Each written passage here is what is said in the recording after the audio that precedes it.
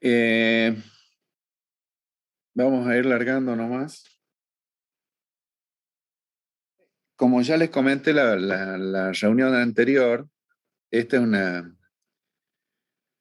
vamos a tener una serie de charlas de 4 o 5 de especialistas que les van a hablar de distintos temas, para tener una diversidad de las actividades, digamos, que realiza un biólogo. Y para nosotros es muy importante, digamos, hoy día les voy a dar una suerte de introducción, de charla introductoria, y el viernes que viene ya tenemos un primer invitado. La idea es que todos los viernes tengan un coloquio de unos pocos minutos en Moodle, contestando algunas preguntitas sobre la charla a la que vieron. La charla la vamos a grabar, entonces en el transcurso de la semana, cuando les quede cómodo, pueden abrirla en cualquier momento y verla y tomar nota. Entonces, bueno, una de las pocas ventajas que tiene la virtualidad por ahí es esto, ¿no? Eh, Les voy a compartir ahora. Soledad, entonces vos grabás que está de host, ¿no? Sí, ¿no? Sí, de la facultad todavía no. Podemos entrar, pero nos habilitan para operar, digamos, como hospedadores. La idea es que en cada clase siempre participa en el chat con al menos una pregunta, ya les dijimos. No hay preguntas tontas, lo que les parezca. La idea que es una suerte de materia o asignatura ayuda, digamos, o apoyo. Es decir, no hay contenidos específicos, como puede tener genética, por ejemplo, o puede tener fisiología, o puede tener ecología, sino que trata de brindarle experiencias de distintos tipos y tips sobre cómo funciona la actividad profesional de un biólogo en general, y las posibilidades y por ahí las estrategias para que vayan familiarizándose lo más pronto posible. También algunos consejos por ahí sobre la carrera, que nunca vienen mal, sobre el estudio y su planificación. Eh,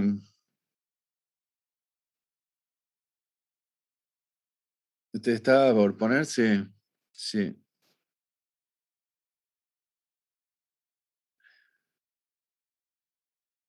Uno cuando todos hemos pasado por la misma etapa y hay, digamos, cuando uno es estudiante tiene muchas dudas y expectativas de qué es lo que va a pasar, digamos, cuando se reciba. Bueno, primero la lucha de concretar la carrera, ¿no?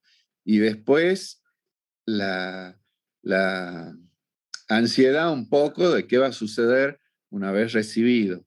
Así que bueno, la idea de los profes que vengan los próximos viernes es que les cuenten sus propias experiencias desde estudiante hasta donde llegaron y cómo recorrieron ese camino, que les sirva un poco de experiencia a ustedes, al margen del contenido de la charla, de lo que les van a hablar.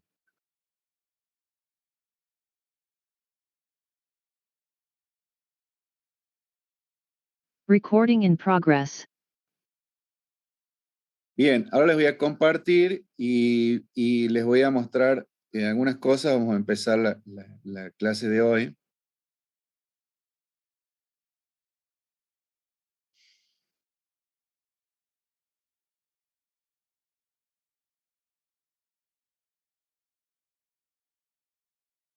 Sí, ahí estamos compartiendo, se ve algo, ¿no?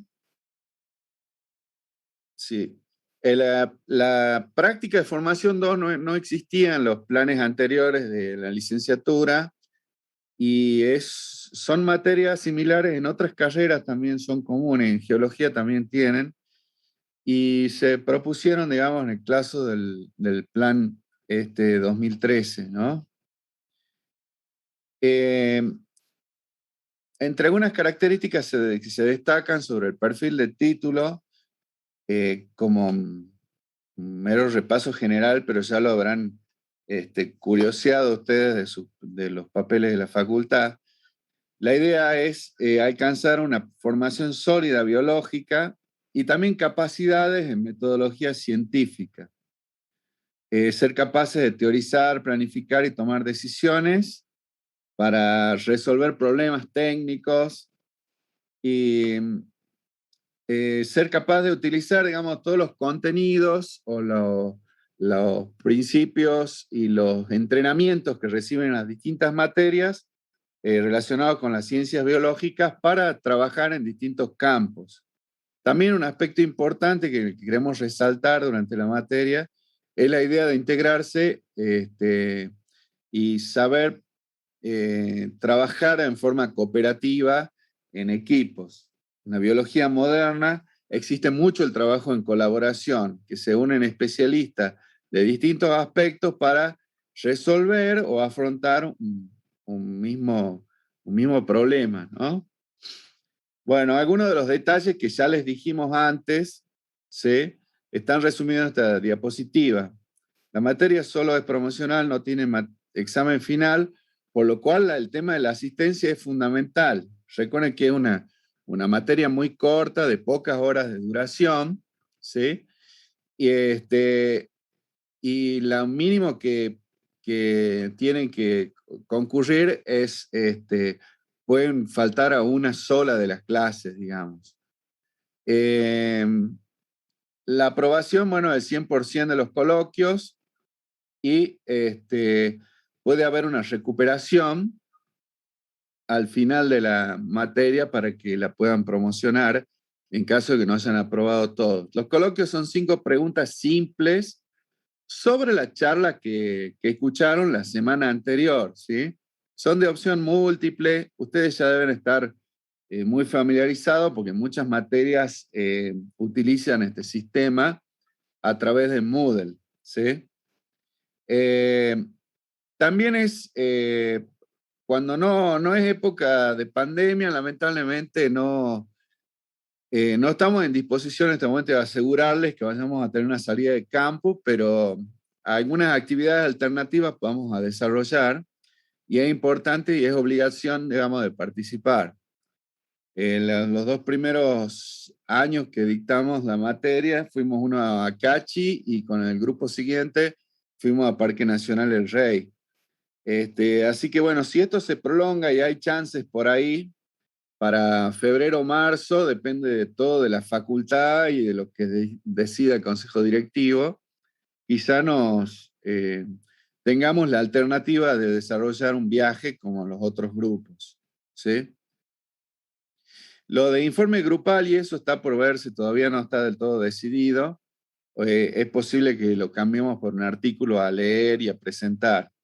Eso ya le vamos a avisar con suficiente tiempo, ¿sí? Bueno, ¿cuáles son los principales objetivos de la materia? Uno es que reciban, bueno, de primera fuente experiencias laborales de jóvenes graduados. O sea, conocemos muchos más eh, gente mayor con muchos años de experiencia, pero nos interesa especialmente invitar jóvenes investigadores que estén más cercanos, digamos, generacionalmente y puedan sentir más afinidad o hacer las preguntas más cercanas, digamos, a su expectativa. Que conozcan distintas especialidades y disciplinas que desarrollan esas personas, que valoren la importancia de la lectura crítica de artículos,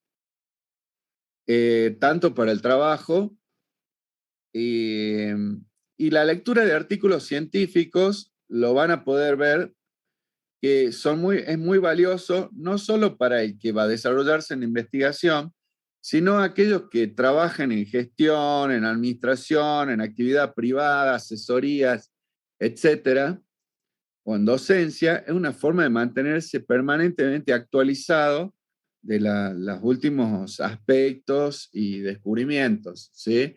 Lo que hace que nuestro trabajo profesional siempre sea un poquito mejor que el año anterior, ¿sí? O sea que no es exclusivo el tema de los artículos científicos solo para la gente que se va a dedicar a investigación.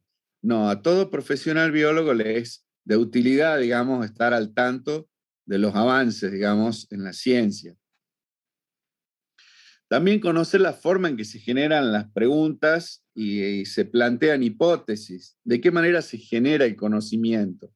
Eso es muy importante porque los biólogos en sí somos curiosos de la naturaleza y es importante de qué manera las distintas vías que se van generando preguntas y se pueden abordar esas preguntas, ¿sí?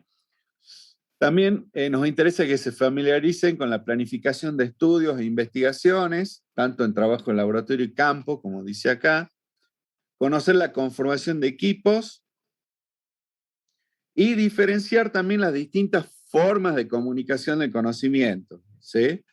Vamos a ver que no es lo mismo presentar un resumen, un congreso, que una tesis de licenciatura, un informe técnico, una evaluación técnica de impacto, por ejemplo, un artículo científico, todos tienen reglas propias, alcances diferentes, entonces es bueno estar al tanto de eso, ¿no?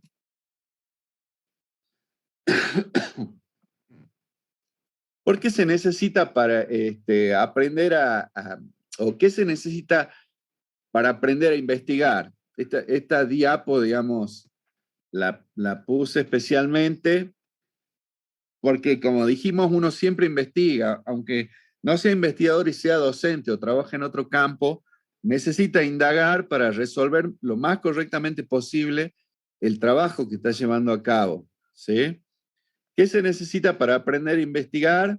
Bueno, a uno le tiene que gustar encontrar cosas nuevas, tiene que poner una cuota de voluntad, ¿sí? O sea, de perseverar, de, de paciencia, de sentarse, de concentrarse y mirar las cosas, porque nada sin concentración y sin esfuerzo se logra. Es como cuando van a rendir una materia, digamos, si no le han dedicado tiempo, son menos las chances de andar bien, ¿sí? Si pacientemente todos los días y varias horas se sientan y siguen todo el temario y van unidad por unidad estudiando, van a consultas y se preocupan y es la forma, digamos, de aprender. El tema de la investigación, digamos, es lo mismo. Es muy importante también tener una formación básica, ¿sí? La formal de la carrera, pero y también la informal o propia. Es decir, hay un background que la facultad o el plan de la carrera con los contenidos de las materias a uno le dan y lo van formando y uno va aprendiendo cosas, pero también hay una informal o propia, ¿sí? Que depende de la iniciativa personal de cada uno. Yo estoy haciendo esto porque me gusta, me apasionan los animales o las plantas, entonces leo artículos, veo programas, converso con las personas que trabajan en eso, o me acerco a algún laboratorio para ver cómo trabajan, o trato de sumarme a ayudar en proyectos. Digamos, esa parte informal propia también es una cuota importante para que el día de mañana les rinda frutos, ¿sí? No solo estrictamente atañirse a los reglamentos y decir, bueno, la materia tal me pide que aprenda tales cosas y ya está. También es muy importante la dirección y los buenos consejos, ¿sí?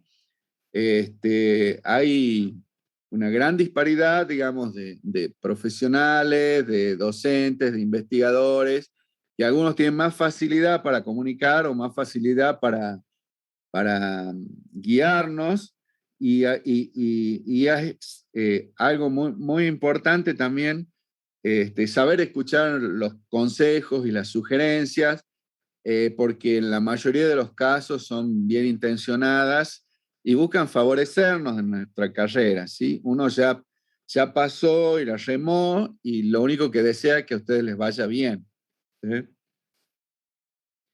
La mayor parte de estos puntos, como os dije acá, dependen de ustedes mismos, ¿sí? ¿Cómo es la estructura de un trabajo científico y cómo uno indaga? Yo sé que en algunas otras materias también les han dado artículos por ahí para leer. Entonces, para algunos no es una sorpresa, o para otros quizás sea un recordatorio o ver cómo es el proceso, la estructura, donde uno va a indagar el conocimiento, ¿sí? Existen, pero centenares o miles de revistas alrededor del planeta de zoología y botánica. Es impresionante el volumen de producción de miles de científicos que se produce en la actualidad, ¿sí? Como podrán ver, en la mayoría de las revistas internacionales, el lenguaje utilizado es el inglés. Yo sé que en algunos casos es antipático, algunos están familiarizados porque estudiaron algo, otros han ido aprendiendo por sí solos de los programas, de software, de música que escuchan, etcétera. Pero es el lenguaje, digamos, dominante de la ciencia y resulta muy importante, digamos, hoy en día existe, aún sin estudiar, existen traductores, existen herramientas con las cuales uno puede superar si el idioma fuera una barrera, ¿sí? No hay que ser prejuicioso con el tema del lenguaje, ¿sí? Y cerrarse a las revistas que sean internacionales por el tema ese, porque es un poco caprichoso. Imagínense que si uno hace la casa de palos y no sabe que existen los ladrillos, porque la técnica de construir las casas con ladrillo se publicó en una revista en inglés, y yo no las leo porque no me interesa leerlas, voy a tener toda la vida casa de palos, construida en palos. Entonces, hay que ser de espíritu amplio y meterse de cabeza en ese mundo de las revistas, porque es la forma de indagar. Hoy en día uno clica, digamos, en Google y encuentra lo que a uno se le ocurre en cuestión de décimas de segundo. Yo que soy más viejo, decididamente más viejo que ustedes, cuando estudiaba no existía internet, no existían los celulares, no existía el email y ni siquiera existía la fotocopia. O sea que se imaginan que todos íbamos presencial y escribíamos puño y letra los apuntes. Si alguno faltaba, al día siguiente le tenía que copiar del cuaderno del compañero. En la biblioteca había 2 o 3 libros más o menos actualizados para una veintena de estudiantes que nos teníamos que repartir los libros y uno lo pasa haciendo pasamano cada día de la semana. Es decir, que las condiciones por las que uno puede investigar, estudiar y crecer han cambiado brutalmente. Entonces, tienen que ser inteligentes y aprovechar, pero velozmente, toda esa tecnología. Este trabajo de ejemplo que les quiero mostrar es un trabajo realizado por unos investigadores argentinos, fíjense, de la Universidad de La Plata. Hay alguien que es de Buenos Aires, de CONICET en Buenos Aires. Son autores argentinos, publicaron en un journal, Australian Journal of Zoology. Fíjense que ahí va el año que se publicó, 2014, el volumen y las páginas, ¿sí? Y un DOI, que es una dirección electrónica donde uno puede acceder al artículo rápidamente. Este trabajo en particular lo desarrollaron. El título dice Morfología e histología de la glándula uropigial en aves antárticas. Relaciones con su contacto con el ambiente acuático. Esa es la pregunta, el título en lo que enmarcan su investigación, ¿sí? La glándula uropigial es una glándula, fíjense estas fotos de dos aves de grupos muy diferentes, con el pico exprimen un poco y presionan sobre la región lumbar en la ubicación de una glándula que secreta o elimina una sustancia oleosa con la que lubrican el plumaje, lo dispersan por todo el plumaje, ¿sí? En general se conoce que especialmente es muy utilizada en las aves acuáticas, esta glándula uropigial, ¿sí? La imagen que vimos antes, entonces hay un título, están los autores y las direcciones de contacto, ¿sí? Para que uno pueda comunicarse si tiene dudas o pedirles info adicional, etcétera, ¿sí? Acá vienen aparte que es un resumen o abstract, donde se desarrolla, se explica de qué se trata el trabajo, básicamente. Es decir, que uno, si está buscando algo general y para no leer todo el trabajo en particular, se fija primero en el abstract si contiene algo de lo que uno le interesa en particular, lo que uno está buscando, ¿sí?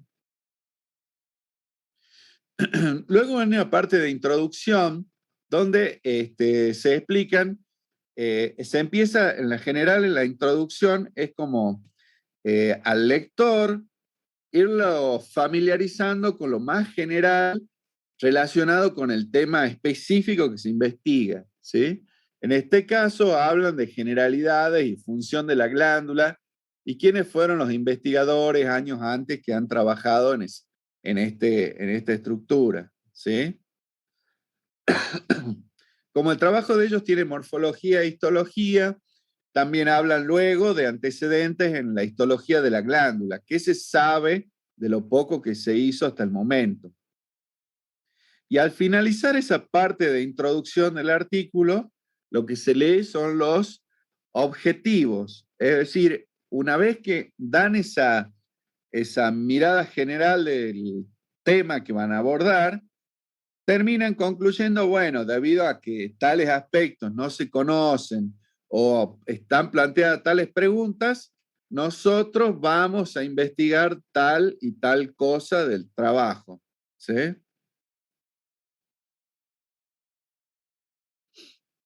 Luego de la introducción viene una parte que son los materiales y métodos, ¿sí? Materiales,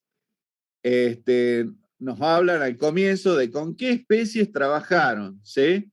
Fíjense, trabajaron con varias, a un pingüino y otras aves acuáticas y las citas de algunos aspectos sobre la biología de esos animales, biología general. Luego detallan la procedencia de las muestras, ¿sí?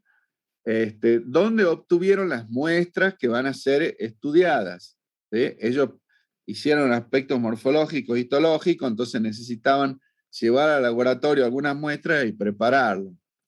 Esto es muy importante, el detalle de en qué especies trabajó, con qué materiales o el origen del material, porque tiene que ver con el tema de la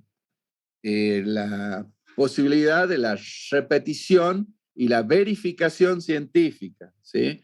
O sea, un trabajo es científico cuando están explicitados exactamente cómo se hizo, con qué materiales se hizo, ¿sí? De manera que cualquier otro puede reproducir esas observaciones y verificar si están bien o mal o hay alguna cosa diferente, ¿sí? Eso es fundamental en ciencia. Si no existe esto, queda colgado como comentarios u opiniones y no son hechos verificables, ¿sí? Es una diferencia fundamental.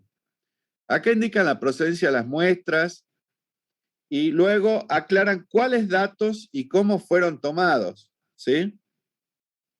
Tomaron la masa corporal de cada ave y se las pesaron y la glándula fue diseccionada siguiendo el protocolo descrito por Montaldi y pesada con una precisión, dice, de 5 gramos en el animal, la masa corporal, y de 0,01 gramos con una microbalanza o balanza de precisión en el caso de la glándula, ¿sí?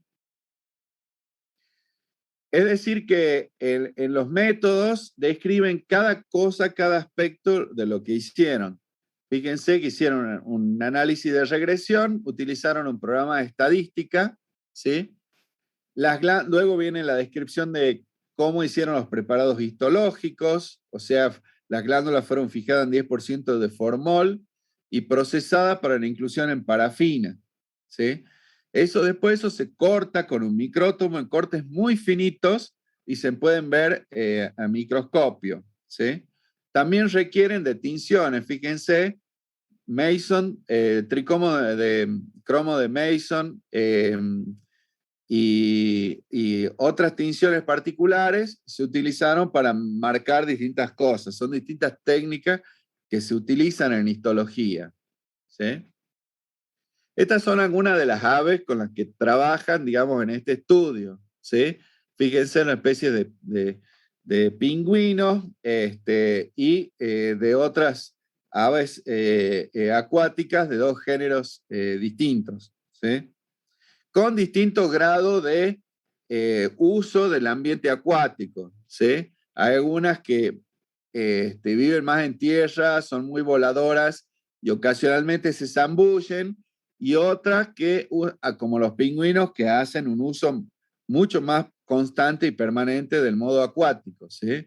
Tienen muchas adaptaciones particulares, como el caso de las modificaciones de las extremidades anteriores, como aletas, etcétera, que usan para su vida acuática, ¿sí? Entonces la pregunta de ellos era ver qué diferencias, o si las diferencias que hay en esa glándula oropigial que tiene que ver con la impermeabilización del plumaje, qué relación tiene con el mayor o menor uso del ambiente que hagan los animales o las especies. Por eso compararon especies que hacen distinto uso del medio acuático, ¿sí? Fíjense acá a la derecha, las fotos estas son fotos macroscópicas, es decir, han hecho una incisión en la parte lumbar del animal, es decir, hay animales que son sacrificados, ¿no? Fijados, y en laboratorio se les extrae la glándula lumbar. No es que se... Ahí tienen que saber que en biología hay muchos estudios que se pueden hacer observacionales y no requieren de tomar muestras. En otras sí, no hay otra manera de intervenir, digamos, o de algunos individuos procesarlos. Eso es inevitable.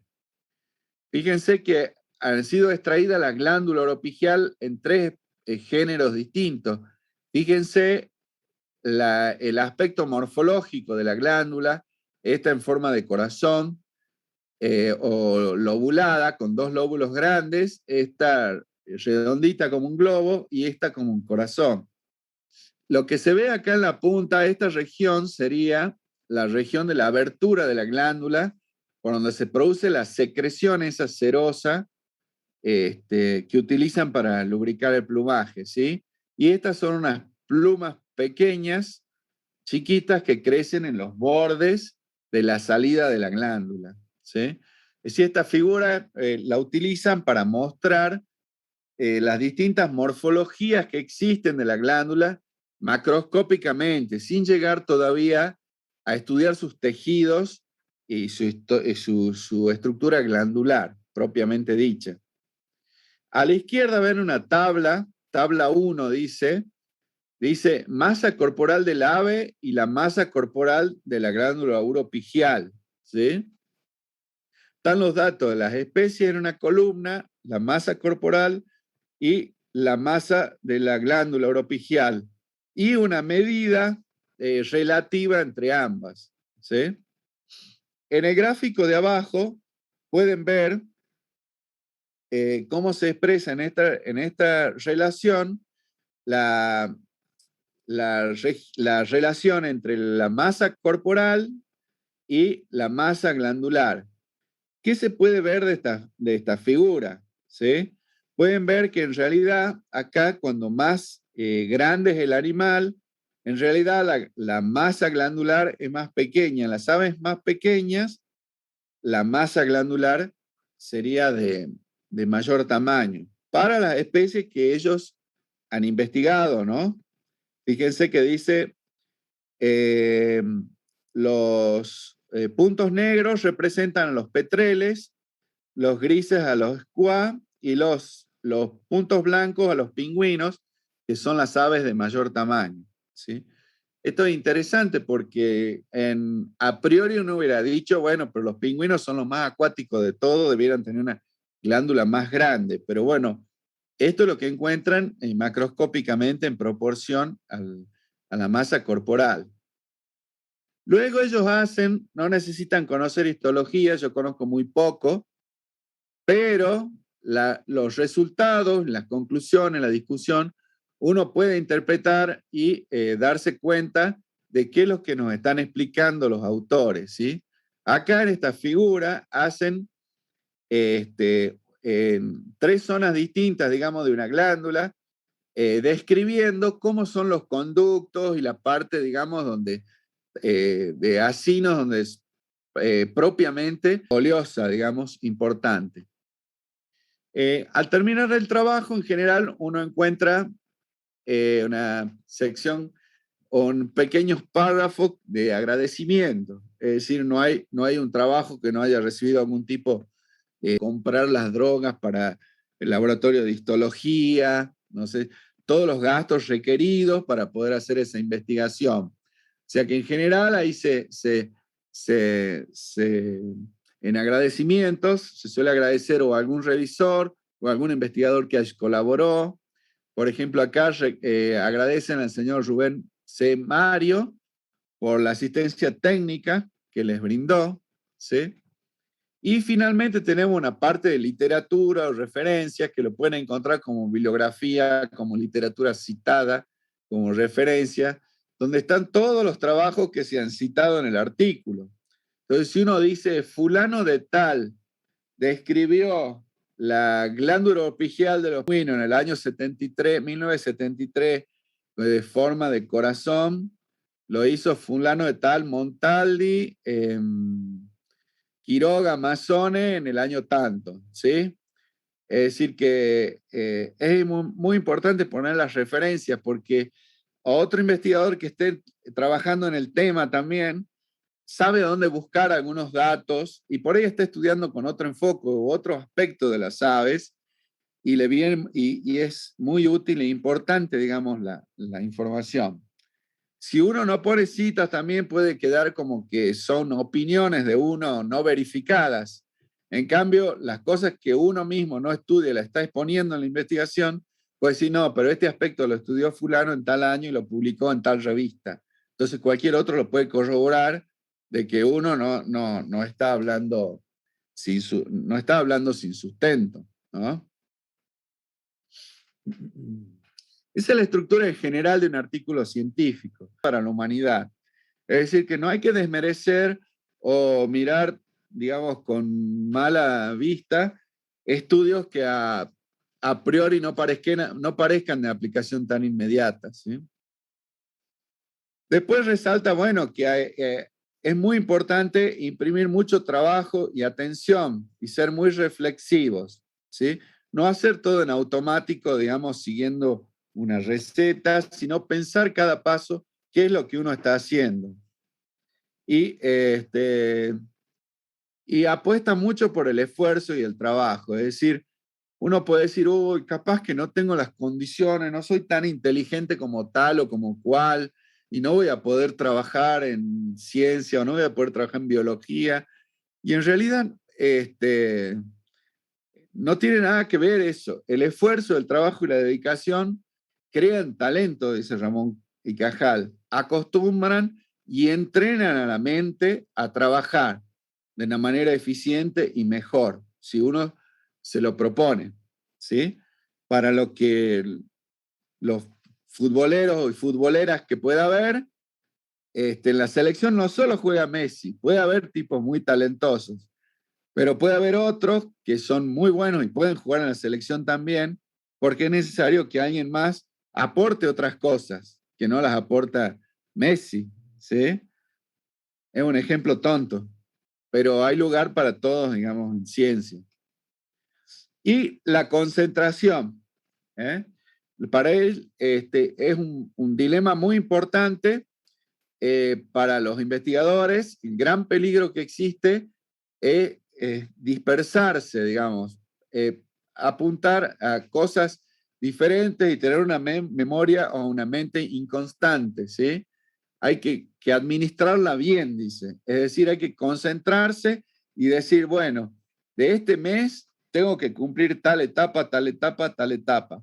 O estoy haciendo esta materia y yo sé que tal y tal día me siento a estudiar esa materia, a preparar el práctico, a hacer la investigación que me encargaron y no dispersarme y decir, bueno, voy a hacer 7 materias. Cuando en realidad materialmente estoy sabiendo de antemano que me voy a quedar solo con 2, con 3, ¿sí? Porque materialmente uno no puede concentrarse Lo mismo en el trabajo y en la profesión. Ir paso por paso cosechando, digamos, cada uno de los logros y concentrarse hasta liquidar, digamos, hasta el último aspecto para completar etapas, ¿sí? Tratar de no dispersarse. Y una última que propone también un intercambio de ideas, no encerrarse en sí mismo y trabajar en soledad, lleno de, porque cada uno de nosotros tiene una mochila llena de prejuicios y de un bagaje particular de cómo uno se fue construyendo a sí mismo, se fue formando. Entonces, gracias a eso uno tiene una visión de las cosas medio sesgada.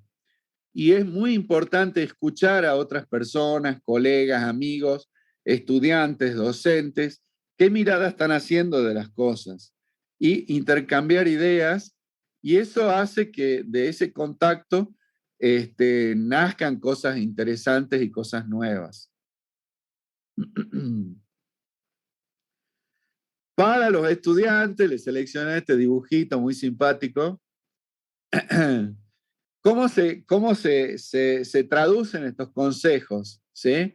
Tienen que estar siempre bien dispuestos a aprender esa parte informal, digamos, no la formal de las materias. Está bien, tienen que estudiarlas, aprobarlas, lo que les piden, es importante para el conocimiento, pero también tienen que enchufarse en ser más participativos, ¿sí? Comunicarse con los docentes, con otros estudiantes, tratar de realizar pasantías y sumarse a proyectos, digamos, porque hay todo un acúmulo de experiencias y entrenamientos que no se logran estrictamente del libro, del apunte o de la clase grabada del profe, ¿sí? Se las logran en el campo, trabajando, en el laboratorio, cuando se rompe algo y lo tenés que hacer de nuevo, cuando no te sale algo y le preguntás al de al lado y te dice, no, mirá, tenés que hacer de esta manera, y uno así va creciendo, creciendo, ¿sí? Entonces siempre tienen que estar, no ser, no ser tímidos y comunicarse. Si hay una temática en la facultad o fuera de tu universidad, en otra, de un investigador que les gusta mucho lo que hace, escribir, comunicarse, pugnar por acercarse y aprender cosas, ¿sí? Ese es un consejo que les podría dar. También a la hora de las tesis de licenciatura es una etapa importante. Yo sé, algunos pueden estar cerca, otros pueden estar lejos, pero en algún momento se lo van a plantear. Hay algunos aspectos que son importantes a tratar y que un poco se conversan o se coordinan con el profe o con el director con el que van a trabajar, ¿sí? Hay que pensar que ese tema de trabajo sea factible, ¿sí? Que haya medios necesarios y tiempo de ejecución, tanto para el docente como para el estudiante. Es decir, ustedes si quieren recibir un trabajo final no puede llevar más de algunos meses. De ninguna manera tiene que llevar más tiempo, ¿sí? No pueden estar toda la vida con el trabajo final.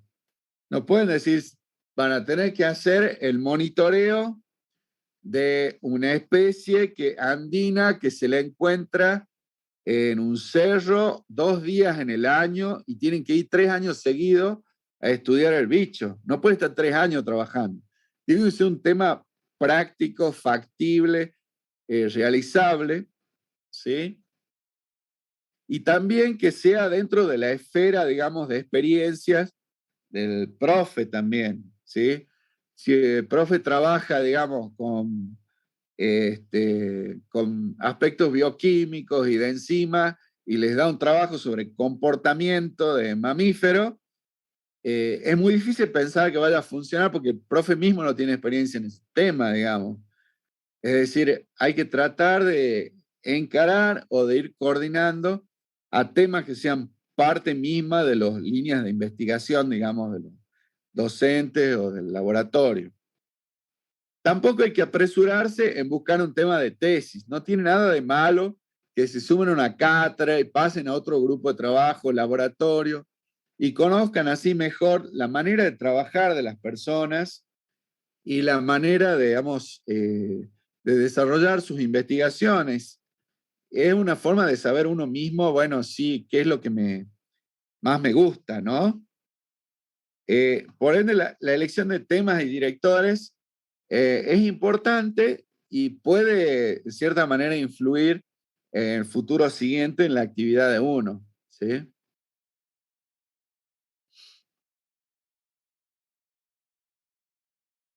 El sentido común es fundamental por parte del docente y por parte del estudiante, ¿sí?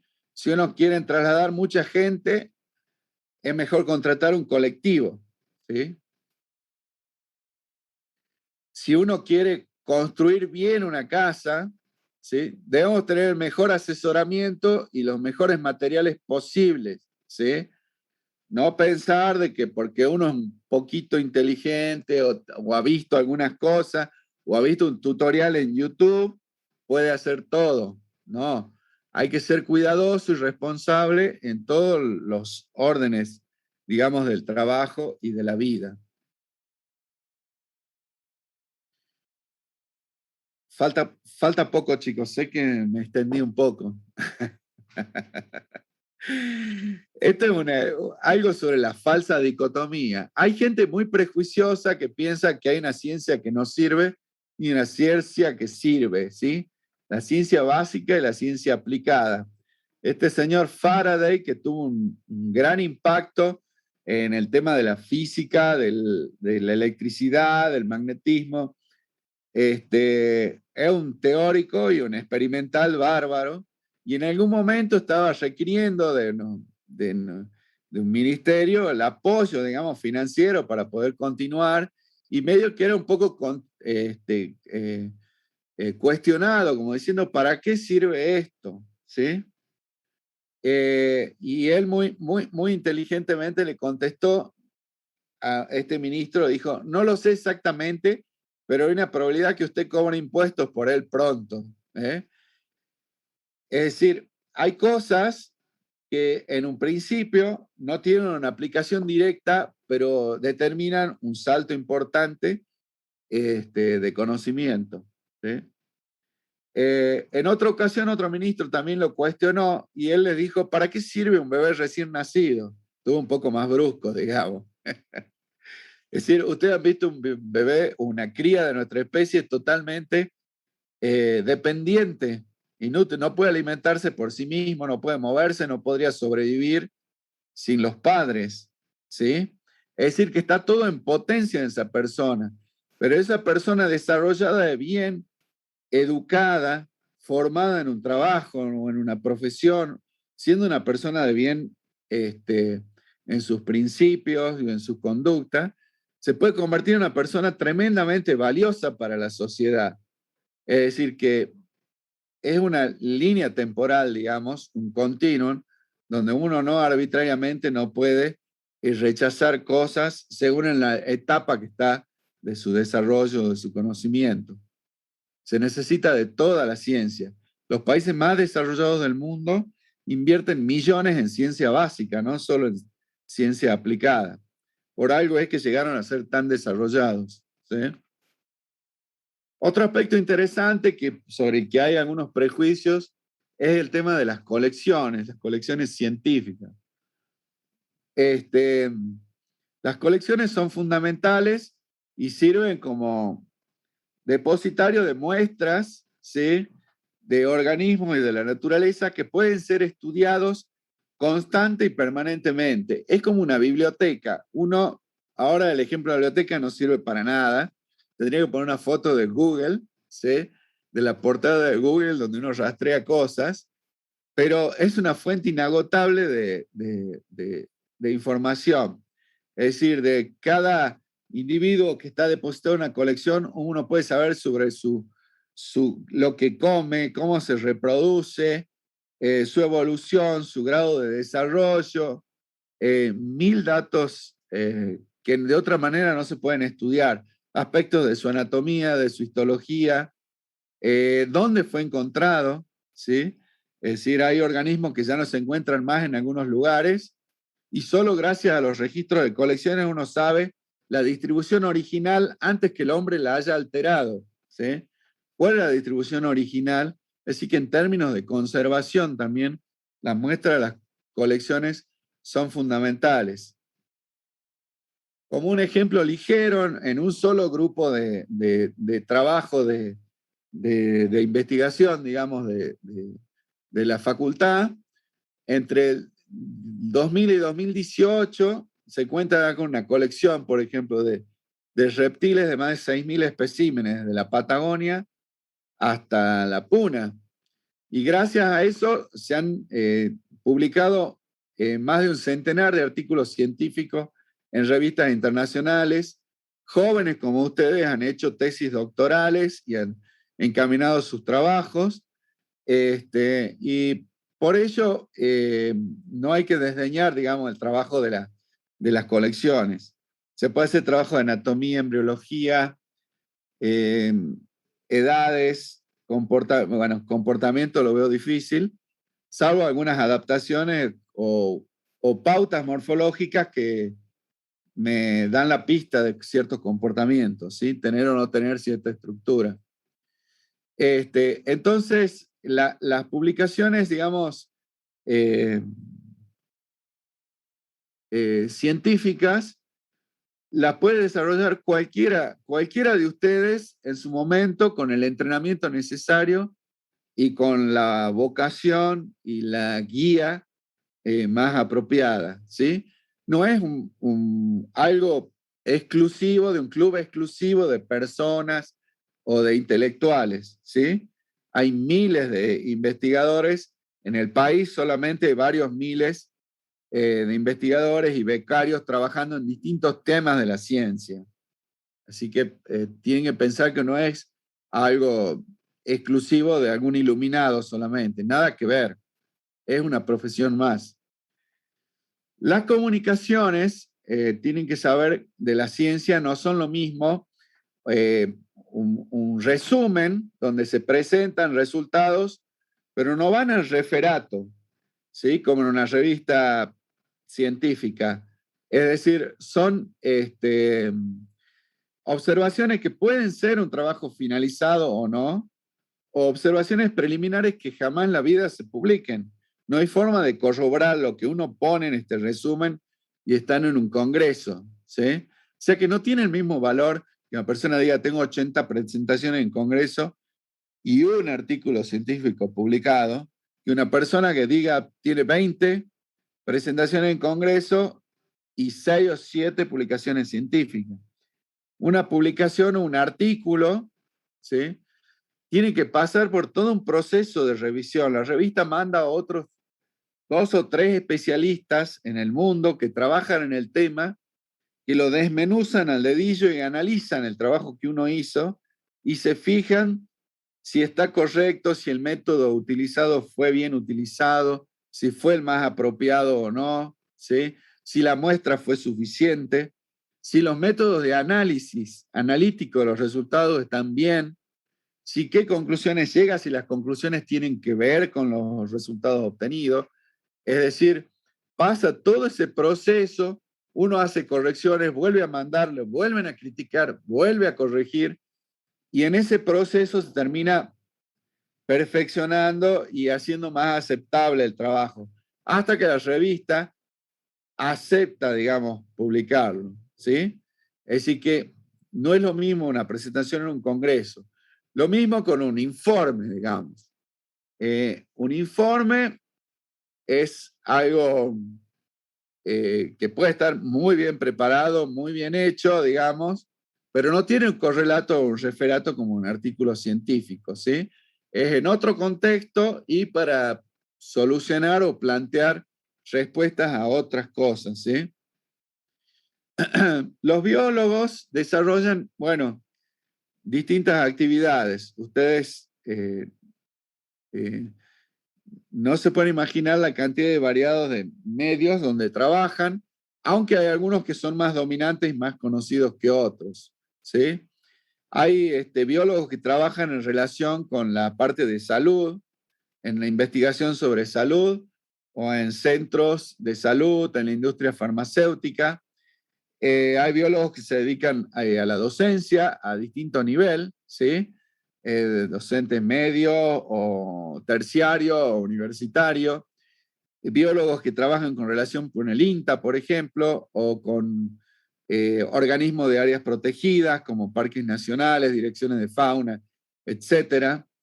En el CONICET, biólogos trabajando como investigadores, como becarios o como técnicos, en universidades nacionales y universidades privadas, en distintos aspectos, en consultoras, ¿sí? O haces consultoras medioambientales, en organizaciones no gubernamentales, en el sistema judicial, por ejemplo, en prácticas forenses. Es decir, que hay mucha diversidad de actividades. Para todo esto, lo que tienen que hacer es, bueno, estudiar mucho, aprender mucho y tomárselo bien seriamente al aprendizaje.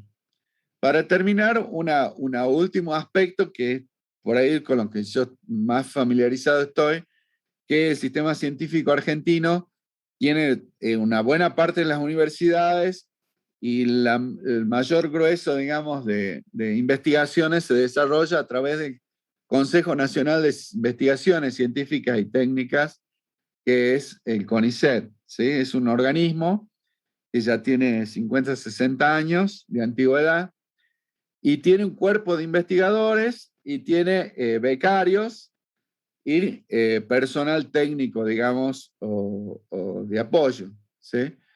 En el CONICET, por ejemplo, les doy de ejemplo lo de CONICET, pero en otros organismos también hay algunos requisitos que pueden ser similares en cuanto a qué les van a requerir a ustedes en un momento dado de sus vidas si quieren, digamos, postularse, ¿sí? Eh, como lo que más han hecho en estos años ha sido hacer las materias, ir haciendo su carrera y rindiendo. Lo que más se puede observar es el promedio, para tener una idea general. Es decir, yo tengo 100 postulantes y tengo que elegir 10 o 20, tengo que tener un criterio de selección, ¿sí? No se puede hacer al azar. Hay que tratar de elegir lo que más posibilidades vaya a tener de progresar y de andar bien. Y una de las medidas más comunes es el promedio en las calificaciones, ¿sí? Esta es una tabla, todos los años se publican cuando están los llamados a becas y se publican cómo se va a evaluar. Fíjense que el promedio de las calificaciones brinda 35 puntos, ¿sí? Los antecedentes de investigación y docente del estudiante, es decir, que se hizo ayudantías, pasantías, etcétera, pueden sumar 10 puntitos más. Luego está el puntaje del director, del lugar de trabajo y del plan de trabajo, ¿sí? Es decir, todo esto, si uno tiene puntajes muy altos, pero el promedio es bajo, incide mucho en la ecuación. Si uno tiene un promedio alto, por ahí compensa si el tema del plan de trabajo tiene una objeción. Es decir, que en comisiones, en CONICET, todos los años hay un conjunto de investigadores de todo el país que es por comisiones, los de biología, los de exactas, etcétera, se juntan a evaluar todas esas postulaciones, ¿sí? Y a analizar para ver a quienes se le otorga una beca de doctorado. Es decir, que siempre que piensen eh, que cuando van a rendir, no se tiren lances o corran riesgos. Cuando tienen bien estudiado el programa del punto 1 al último, han ido a consulta y están tranquilos, están sabiendo, ahí rindan, no rindan por rendir. Ah, sí, sé esta bolilla, esta otra no la sé, me presento igual. Y si a uno le va mal, un aplazo después se cuesta mucho levantar en el promedio, ¿sí? Entonces, sean cuidadosos, no hay apuro, digamos, en el campo laboral, eh, el tema de la edad o del tiempo que desarrollaron la carrera, en pocos lugares es exigido o observado. Por ejemplo, en CONICET no hay límite de edad, pero sí los promedios y antecedentes. Entonces, si se demoran un poquito en la carrera pero tienen buenas notas, pueden tener más chances. Ahora, si van a entrar en un organismo donde no se evalúan los promedios, es solo contar con el título y hacer una buena propuesta laboral, por ahí puede que no haga falta. Pero bueno, para el caso que le interese la investigación científica en el futuro, es importante que lo tengan en cuenta. Otras cosas que se tienen en cuenta también es si ha participado en alguna publicación, si ha realizado cursos, solo dan puntos a los cursos que uno haya hecho con evaluación final, no mera asistencia, ¿sí? Y en los congresos o jornadas, si han presentado algún trabajo o han expuesto algo, ¿sí? Han participado con su director o con la cátedra o el proyecto que participan, ¿sí? Es decir, que asistir a charlas, a minicursos y conferencias, uno puede tener 20 papeles de eso, pero en un organismo científico no sirve. Es decir, uno puede ir a una charla y quedarse dormido toda la charla y retirar el certificado al retirarse. Es decir, no tiene valor en ese sentido, ¿sí? Las pasantías, por ejemplo, tienen que tener una duración mínima de 40 horas. Es importante, digamos, alguna certificación de inglés, eso da un puntito extra. La universidad tiene un sistema muy bueno de estudio de inglés, accesible para los estudiantes y docentes, por ejemplo. Y bueno, ayudantías docentes también que hayan sido concursadas, también son consideradas. Es decir, para que tengan en cuenta de cómo vayan diseñando, digamos, un currículum o antecedentes. Cuidar el promedio y desarrollar otras actividades que a uno le otorguen también más peso a la hora de ser evaluado junto con chicos de todo el país, ¿sí? Estudiantes de todas las universidades del país. En un sistema científico, digamos, serio, todo el mundo es evaluado y constantemente. Les quiero contar que también los directores son evaluados. Si uno se presenta a beca con un profe que no publica artículos científicos, no publica en la temática que uno se presenta de beca, saca pocos puntos en la evaluación general. Es decir, que los evaluadores se fijan si el plan es bueno, si el chico tiene buenos antecedentes y además si el director tiene experiencia en el tema, si ha publicado, publica regularmente.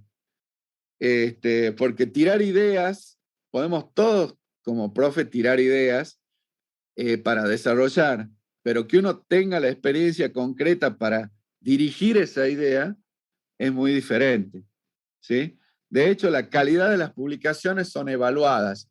Hay ranking internacional de revistas donde uno busca, digamos, y hay revistas que están, incluso hay revistas que ni siquiera están rankeadas. Uno puede tener publicaciones, pero en revistas que no tienen ni referato ni continuidad, entonces no tienen el mismo valor de una revista internacional donde hay evaluadores de calidad que demuestran o ponen a prueba lo que uno hizo, y cuando uno es publicado, uno queda contento porque sabe que ha sido revisado en calidad, ¿sí? Bueno,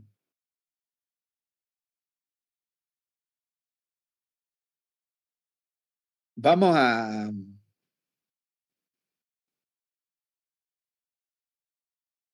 Tengo que dejar de stop share.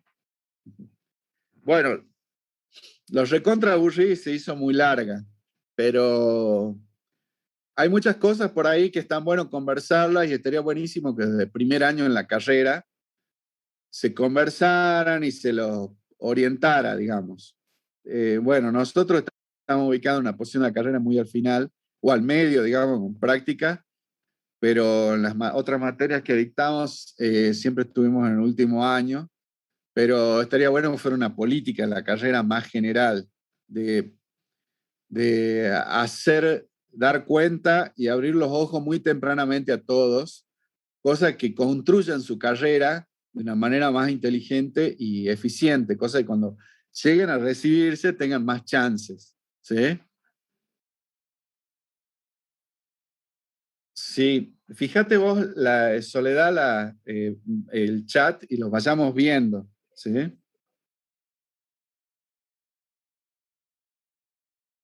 Sí, Hay un chico que preguntó, ¿qué es más importante, ingresar al CONICET o armar tu propia empresa?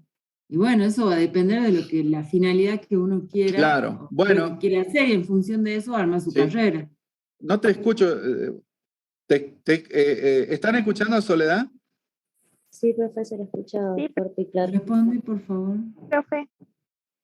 ¿Se escucha? Sí. Bueno, Sí, profe. el tema es la vocación, ¿no? Uno, si le gusta investigar o le gusta enseñar, por ejemplo, y te gusta la docencia, te preparas de la mejor manera para la docencia. Si te gusta la investigación, apuntarás a la investigación. No sé la pregunta dónde apunta con crear tu propia empresa. Yo podría crear una empresa gastronómica, pero no sé para qué estudiar biología. No sé si se entiende. Yo fui el que A ver, capaz que quieren hablar. Sí, a ver, pueden poner micrófono, chicos. O Rodrigo, vos, Yo soy. si quieres participar.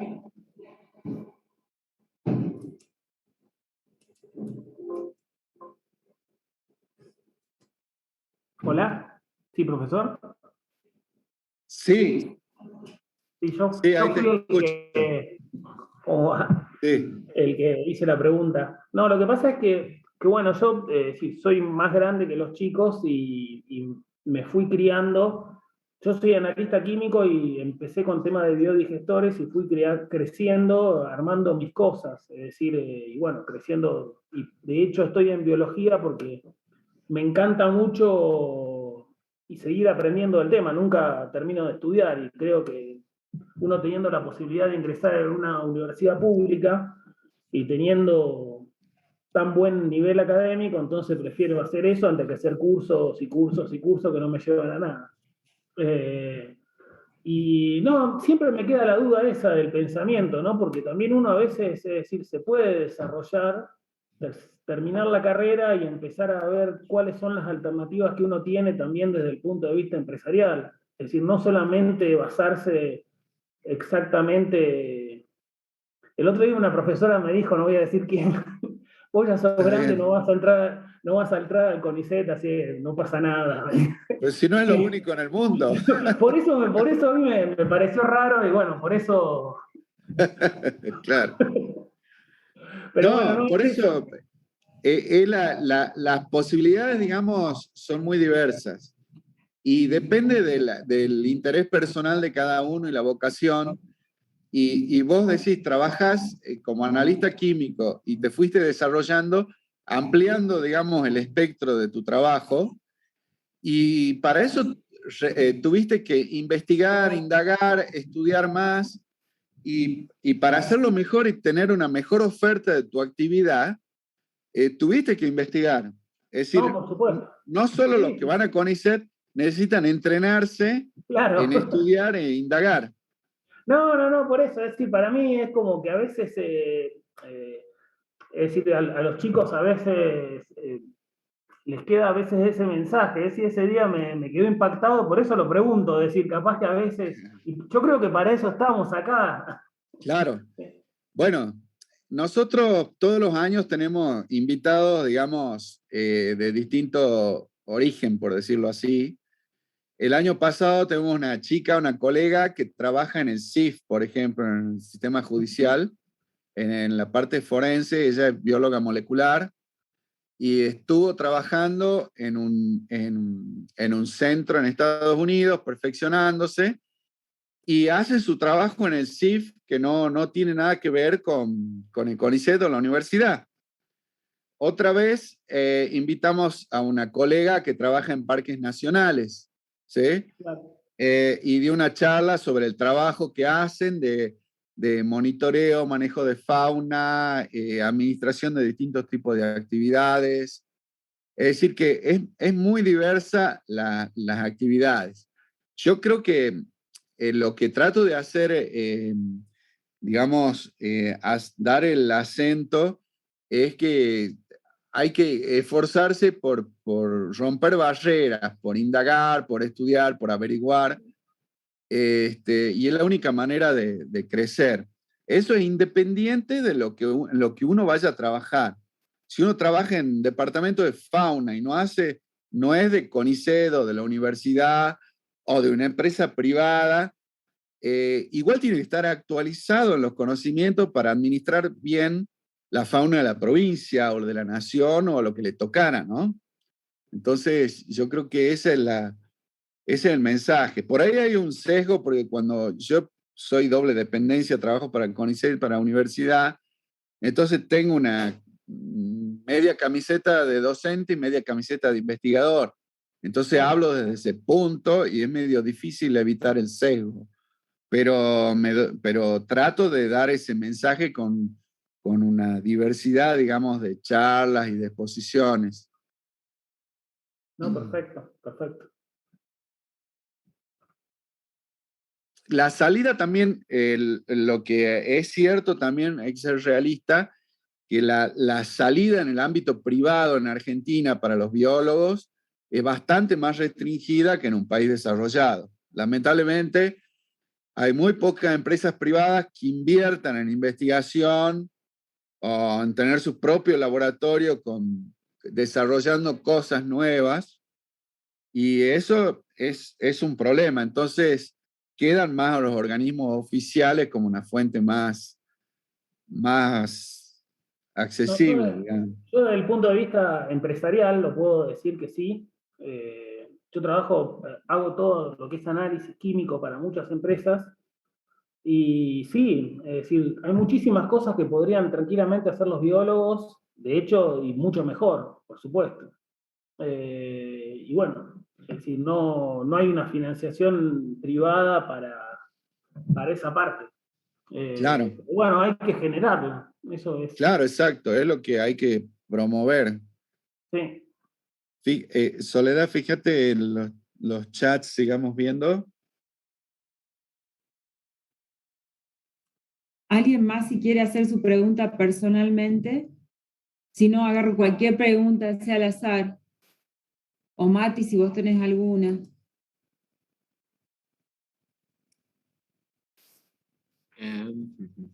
Bueno, ahí con respecto a lo que estaban hablando, Fernando, sí. Preguntan si hay límites de edad para entrar en CONICET. Hubo un momento que había límites. Ahora en este llamado de este año me tendría que fijar.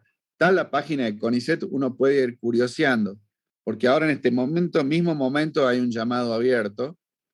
En una época había edades para las distintas categorías, pero yo hace 1 año, 2 años estuve en comisión y no había límites. Había chicos que se presentaban con 20 y poco de años que se han recibido rápido, con chicos de 30 años. Es decir, y el criterio era como que no, es medio polémico, pues no discriminar por edad, porque bueno, por historia familiar o lo que sea, tuvo que interrumpir su estudio y se demoró. Entonces se tomaban todas las postulaciones. Es decir que no, en los últimos años no hay límite, no hay, se están presentando, es decir, por encima de los 30 o 30 y algo, lo pueden sopesar por los años transcurridos, pero hasta los 30 años seguro que no.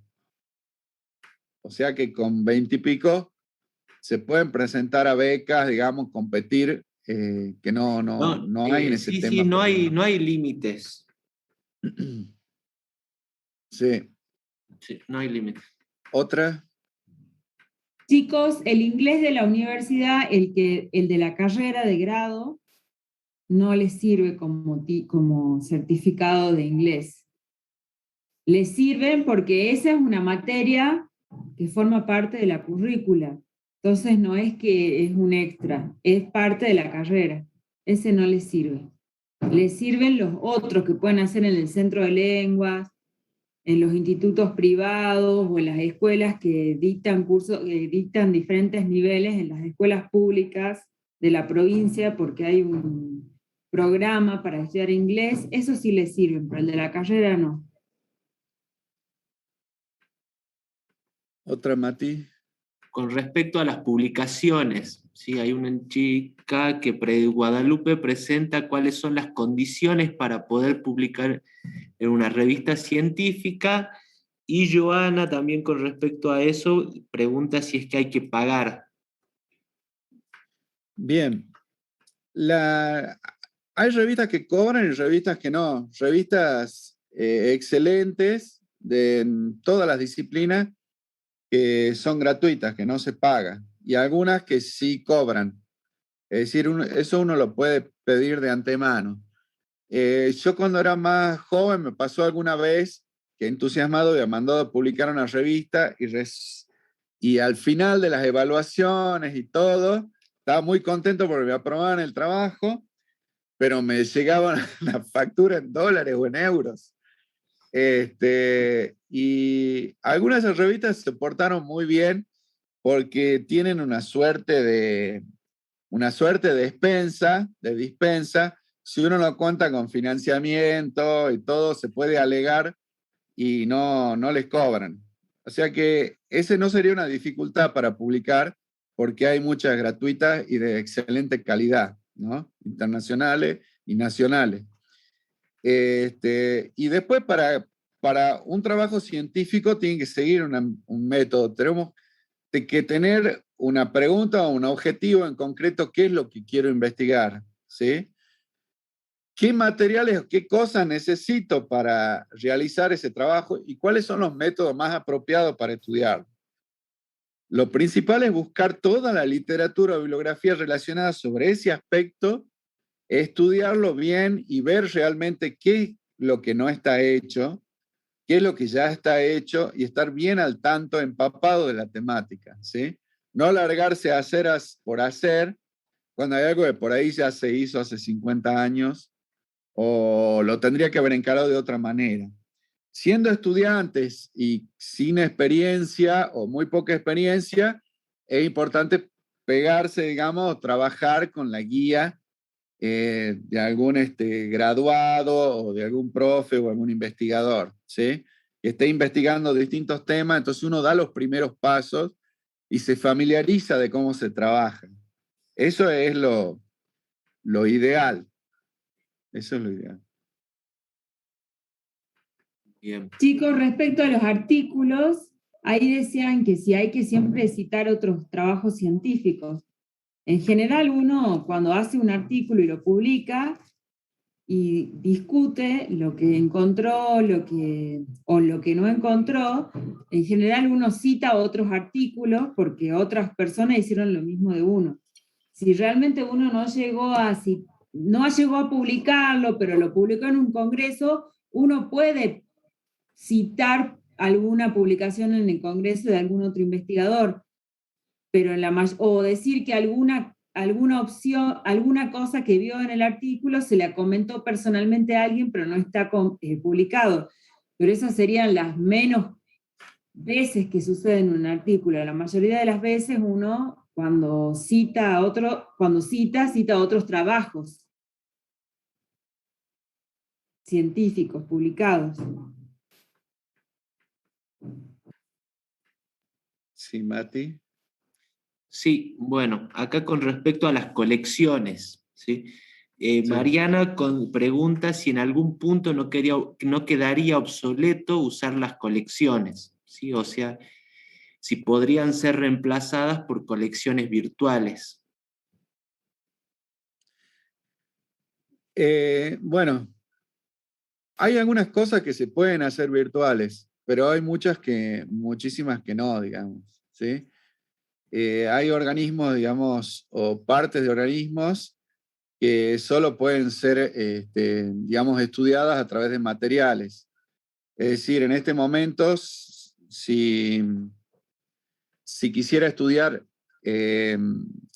algo sobre la biología, por ejemplo, del tuatara, el efenodo, ese animal rarísimo, digamos, de Nueva Zelanda, está ultra protegido porque son solo dos especies que coexisten, ¿sí? En la isla, no se pueden ni siquiera manipular esos animales. Y los materiales que hay en colección desde el siglo pasado, el siglo XX, se pueden hacer todo tipo de indagaciones sobre esos animales que pueden ayudar a conocer sobre su vida, ¿sí?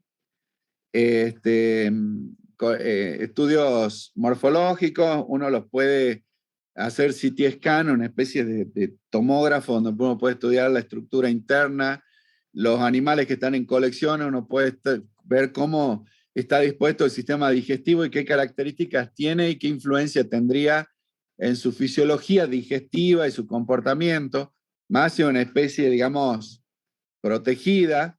Puede estudiar el aparato reproductor, digamos, en los bichos de museo, que están guardados en museo, y saber más sobre su biología, cuántas veces se reproduce, de qué manera, qué características tiene, digamos, el tamaño de la posible camada y con qué periodicidad, todos aspectos que hacen a la conservación de esa especie, que como ya no se la puede tocar, uno puede recurrir a los museos, ¿sí? Es decir, hay cosas que sí se pueden hacer virtual, es decir, uno puede salir al campo y sacar fotografías y hacer un listado de aves de un lugar, marcando y con buenas fotografías y eso. Pero hay muchos, ustedes recuerden que, bueno, las aves en Argentina son alrededor de 1000 especies, ¿sí?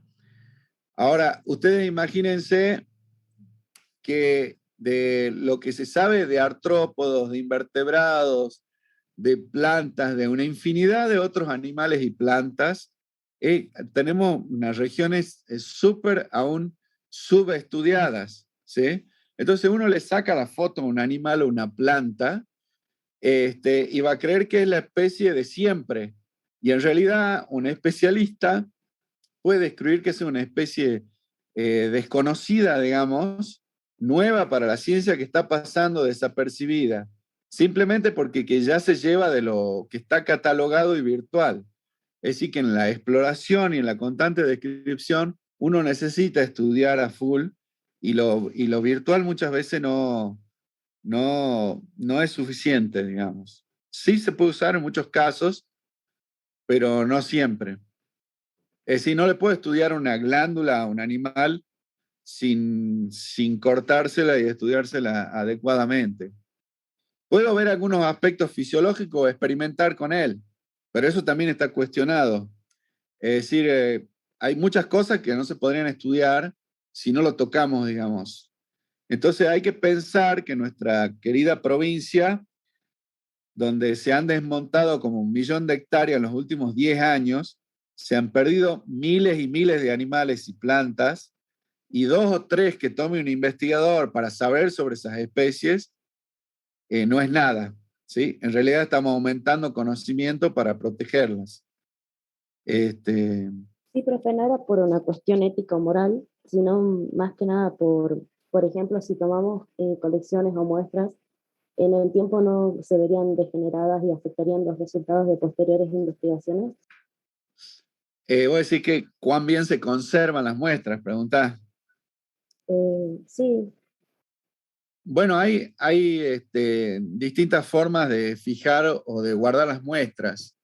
Las muestras, yo estudié ejemplares de museos de Estados Unidos de 1860. Estudié un ejemplar que colectó Darwin cuando pasó de Chile a Argentina, digamos, es decir, del siglo XIX, y se le podían tomar datos y estudiar. Yo creo que discúlpame, ¿no? Sí. Yo creo que la pregunta de ella apunta a que con el paso de los años, Sí. por más bien que se preserve un espécimen en la colección, tiene un cierto grado de deterioro. Entonces, probablemente vos estudiaste el bicho de Darwin, pero previo a ver personalmente el bicho de Darwin, si lo viste, lo estudiaste a través de fotos. Yo creo que a lo mejor algunas características de los ejemplares en colección se puede hacer una suerte de catálogo virtual de características externas, por ejemplo, para que alguien estudie sin necesidad de manipular el ejemplar que está en la colección. Pero eso va a depender del estudio. Pero bueno, probablemente podría ser, digamos, Sí. servir para evitar que el deterioro se acelere. La tendencia, digamos, actual es a tratar de aprovechar al máximo el mínimo de muestras posibles en términos de conservación. Nosotros, por ejemplo, cuando hacemos en el verano alguna campaña, trabajamos con reptiles. A lo largo de 20 años o más de carrera, hemos descrito más de 30 especies nuevas para la ciencia que se desconocían para la fauna de Argentina. Y son bichos muy particulares, entonces cada campaña colectamos unos ejemplares que van a servir para anatomía, para histología, le sacamos fotos en vida para tener bien el registro de colores en vida, machos, hembras, juveniles, dorsal, ventral. Tomamos datos, tomamos pequeñas muestras de tejido y las guardamos en alcohol para estudios genéticos. Es decir, hay algunos genes que hemos secuenciado de distintas especies para usar en distintos estudios. Es decir, que en otros viajes nos han acompañado colegas que trabajan con citogenética y hacían preparados para estudiar la parte de cromosomas y todo eso. Es decir, que no solo damos el dato, en esta área existe una especie que no se sabía que existía, sino además decimos dónde vive, los refugios que utiliza, dónde encontrarla, cómo vive, porque sabemos que son herbívoras, que son vivíparas, que tienen 2 crías, paren crías, no ponen huevos. Es decir, que damos un acúmulo de información que sirve a los organismos de fauna y de conservación para ir protegiendo la fauna. Y muchos datos más a lo largo de los años se siguen tomando de materiales que reservamos para la colección, ¿sí? Es decir, Mati, por ejemplo, estudió en su doctorado la anatomía, digamos, de músculos y la genitalia de estos bichos, que tienen que ver mucho con la evolución y la diversificación del grupo, y lo estudió en base a materiales que teníamos en la colección. No hubo que salir a buscar y sacrificar más bichos, sino que los mismos bichos los estamos reciclando y se utilizan para ampliar más y más el conocimiento sobre. Y nosotros somos un ejemplito dentro de todos los zoólogos y botánicos que hay en el país trabajando de la misma manera, ¿no? Por eso existen los herbarios también y otras colecciones.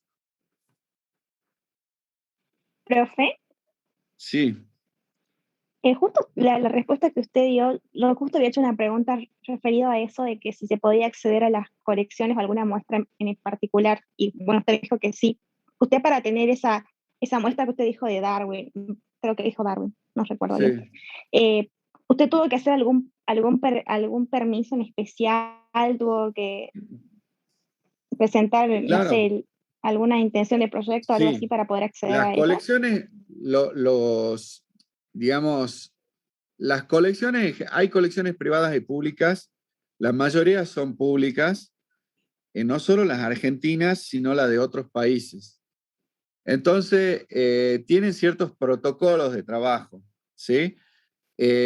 Uno puede hacer un pedido de préstamo de material, donde le hacen un invoice, un documento de préstamo, entonces uno lo tiene en su laboratorio, lo estudia y lo devuelve.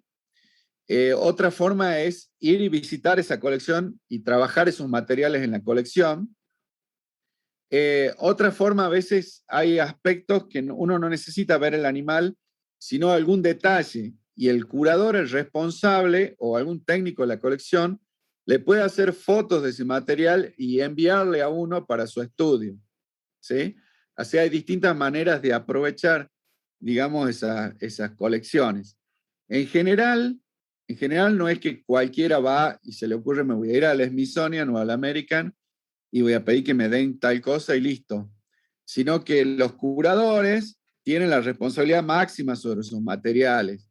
O sea, le prestan a otros investigadores que saben que conocen el valor de la colección, de las muestras, las van a proteger, no van a dejar que se deshidraten, se echen a perder, o las van a devolver, y va a salir un trabajo científico provechoso de eso.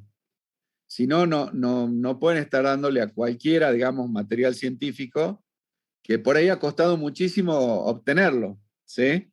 Nosotros tenemos materiales o especies raras de Santa Cruz hasta Jujuy, y unos poquitos, entonces tenemos que ser cuidadosos del aprovechamiento que le damos, porque ir a Santa Cruz a buscar una nueva muestra implica miles de pesos en viaje, en conseguir un vehículo, de una serie de factores, digamos, que son complicados, ¿sí?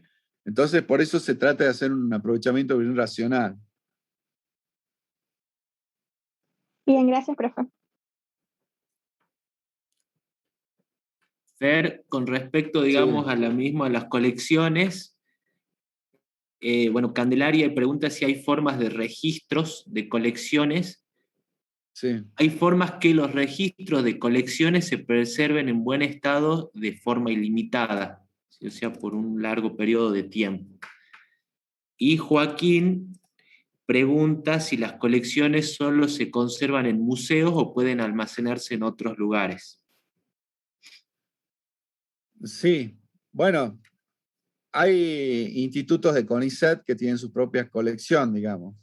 Nosotros cuidamos la colección de reptiles del Museo de Ciencias Naturales, que depende de la Facultad de la UNSA, ¿sí? Y además llevamos adelante una colección del IBIGEO, del Instituto de Bio y Geociencias, que hay un instituto que depende de CONICET y de la Universidad Nacional de Salta. Es decir, hay colecciones que han tenido muy dispar crecimiento y en distintos organismos. Las más conocidas y más, que han sido más protegidas a través del tiempo son las de los museos en general, como el Museo Bernardino, el Museo Argentino de Ciencias Naturales, el Museo de la Plata, la Fundación Miguel Lillo en Tucumán. Es decir, son colecciones grandes que tienen cientos de miles. Y sí. ¿Cuál era la otra, Mati? Gloria a Jesús.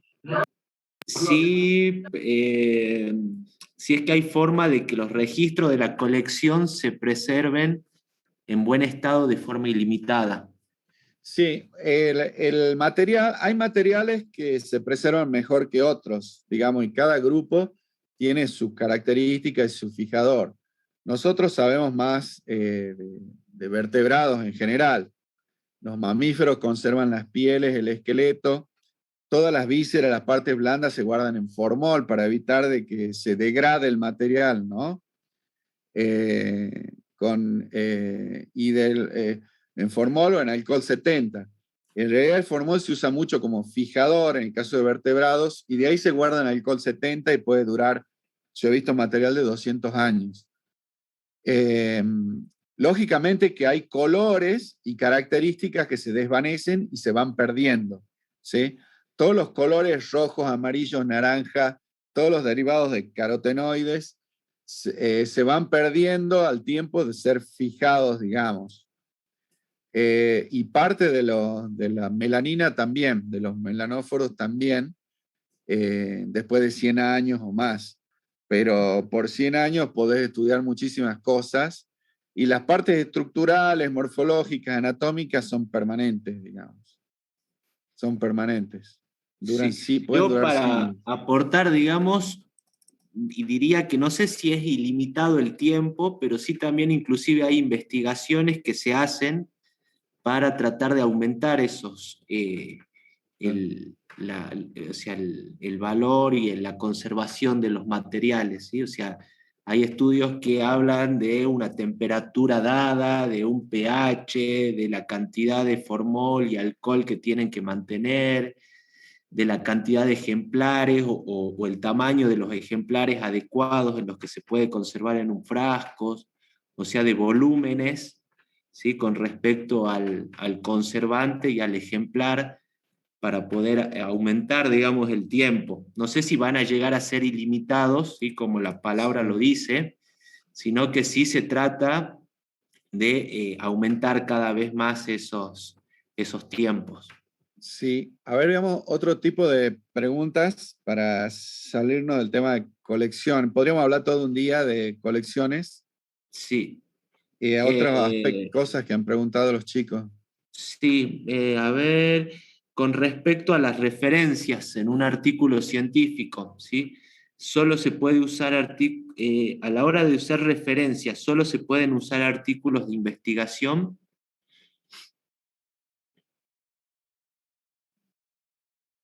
Sí, es lo que respondió Soledad, ¿no? Sí, El valor de la cita de un artículo concreto permite la revisión, digamos, y ha sido revisado por otros evaluadores, es una cita más sólida. Puede haber algunos registros, digamos, de congreso, tomado de congreso que se pueden citar, pero siempre con sus limitaciones, digamos. sí. Y si Porque es si que hay no que queda en un pedir... grupo de amigos y eso no es, si queda en el me dijo el fulano, me dijo el mengano, queda en un grupo de amigos y la idea de la ciencia no es precisamente esa, sino que sea social, se publique y la mayoría de las personas tengan acceso a eso. Claro. Bueno, Y del artículo. Matías Gonzalo pregunta Sí. si es que hay que pedir permiso para usar las referencias a la página editorial o al autor que uno use. No, para citar un trabajo no hay que pedir permiso. Lo que uno hay que pedir permiso a veces o hay que pedir que le envíen es el trabajo, pero para citarlo no, uno lo puede citar sin ningún problema. Claro, hay artículos que son de libre acceso y otros artículos que los manejan, hay dos o tres empresas que engloban algunas revistas y que venden el acceso a los artículos. Pero si uno le escribe al autor, el autor te puede mandar el PDF, o sea que no necesitas pagar nada para tener acceso a un artículo que quieras ver o curiosear, digamos. Y citar se puede citar, digamos, no hay problema. Claro, No hay que sí. pedir autorización. Algunas preguntas sobre el trabajito de ejemplo de la glándula oropigial. Sí, esas hay varias. A ver.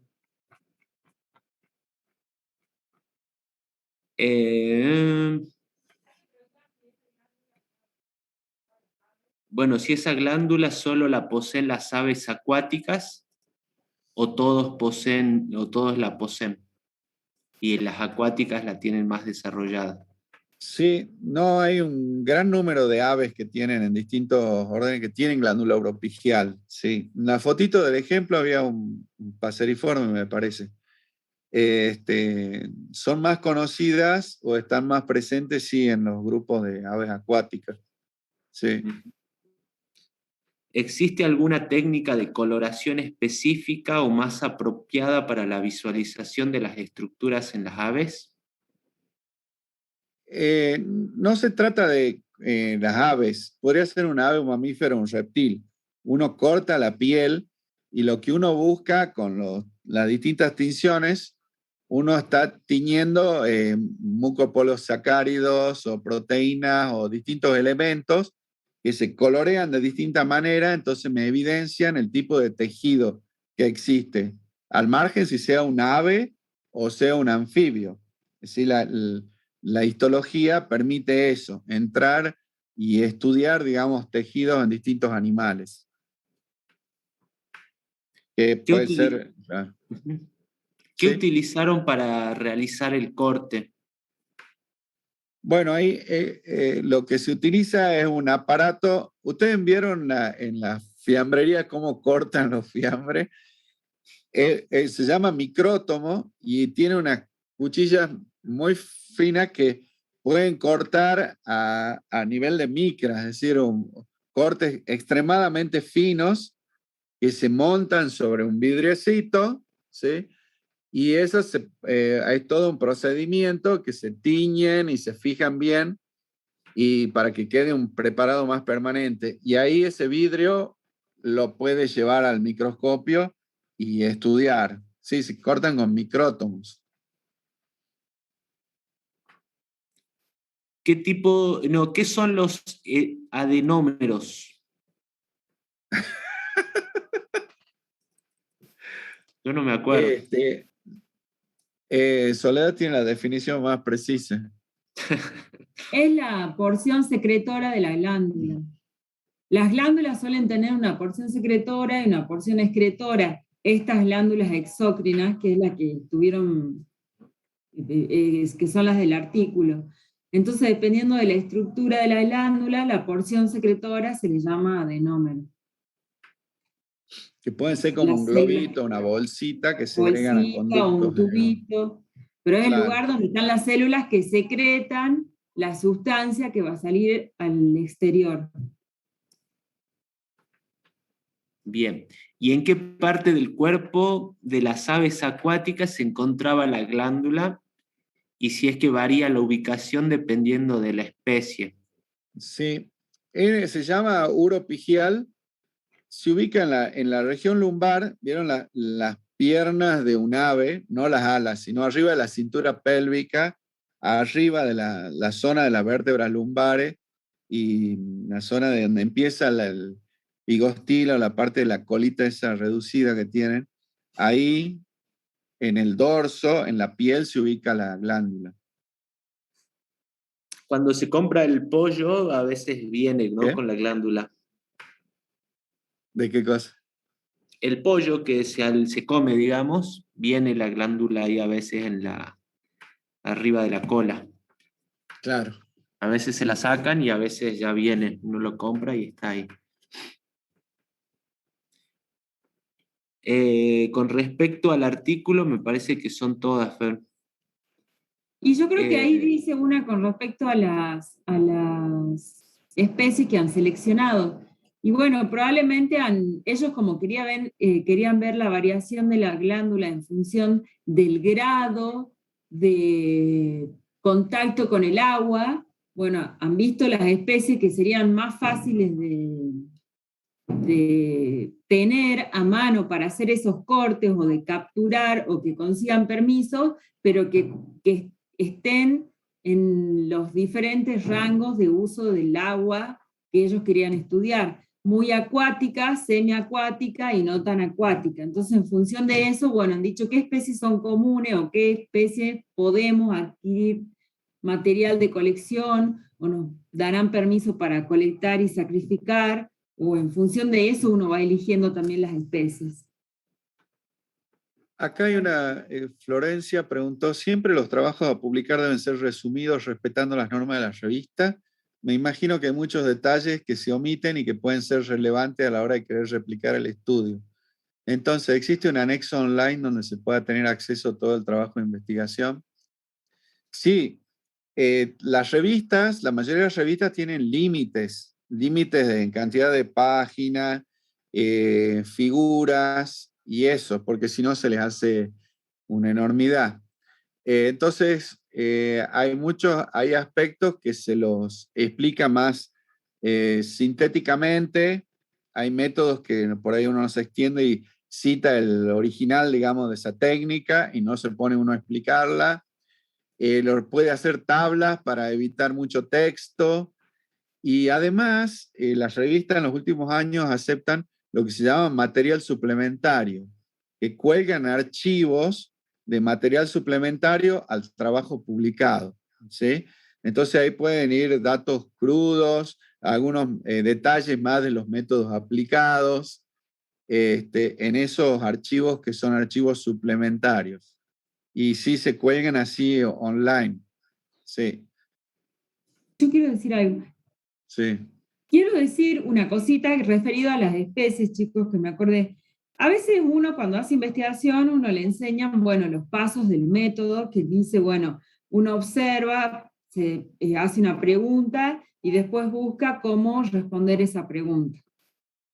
Cuando uno va adquiriendo más experiencia y va teniendo más conocimiento sobre lo que investiga, a veces uno dispone de material, a lo mejor estas aves, y uno dice, ay, mira, tengo estas aves, están estas aves, porque en otros trabajos colectaron las aves o porque estaban las aves disponibles para hacer un estudio, y a veces uno la pregunta se la imagina recién ahí, no fue previo a tener las aves, sino dice, mira, esta vive en el agua, esta vive acá y esta vive acá. ¿Por qué no nos fijamos a ver si la estructura que podría estar relacionada con eso presenta alguna variación? Y ahí surge la pregunta, y el material ya lo tienen a lo mejor. Eso sucede muchas veces cuando uno está trabajando y haciendo ciencia, digamos. Acá en otro... Sí, ¿quién iba? Ah, yo. Chicos, disculpen, la virtualidad me ha estado afectando seriamente. Hay una pregunta de Rodrigo que está buena. Dice, ¿por qué es difícil escoger estudios microbiológicos como ejemplo? En todas las materias, salvo las específicas, es difícil tener esos ejemplos. Yo creo, mi visión personal, es que en general los docentes por ahí tienen en mente trabajos que les han gustado mucho. Hay un sesgo, por supuesto. Alguien que trabaja en plantas va a tender a poner ejemplos de plantas. Alguien que trabaja en vertebrado de vertebrado. O si uno está haciendo algo de química biológica o del grupo de biológica, van a dar temas relacionados con salud, con Chagas o leishmaniasis o cosas similares, ¿sí? Yo creo que no es difícil escoger. Lo que pasa es que uno tiene tiempo limitado por ahí para hablar de un solo trabajo. El trabajo que elija va a estar dejando afuera a otras disciplinas caprichosamente, digamos. Es medio inevitable eso. Por eso tratamos en las charlas, que son poquitas, sería lindo que la materia fuera más larga, no sé qué les parecerá a los estudiantes, pero para dar ejemplos más diversos aún. Entonces, bueno, tenemos que en esas 4 o 5 charlas que tenemos, hacerlas lo más diversas posibles. No es que sea difícil escoger, sino que, bueno, no queda mucho margen más que 1 o 2 trabajos. Y bueno, cada cátedra va medio orientada con su zona de influencia o de confort, pero sí se podría escoger, digamos.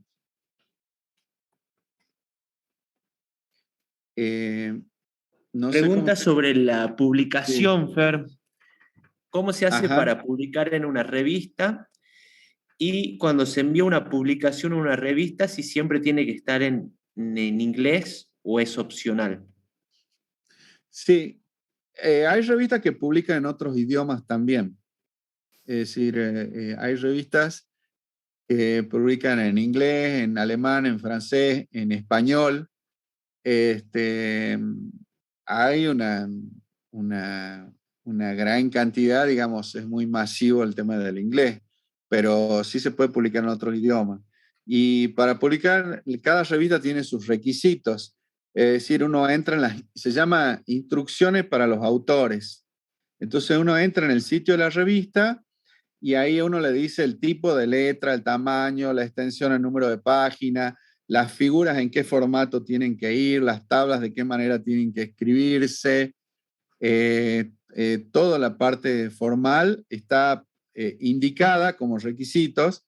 Entonces el trabajo que uno tiene lo acomoda a ese formato para que lo evalúe la revista. O sea, si uno lo manda en cualquier formato, la revista lo va a rebotar, va a decir, no tenemos tiempo de ponernos a fijar si lo han hecho o no.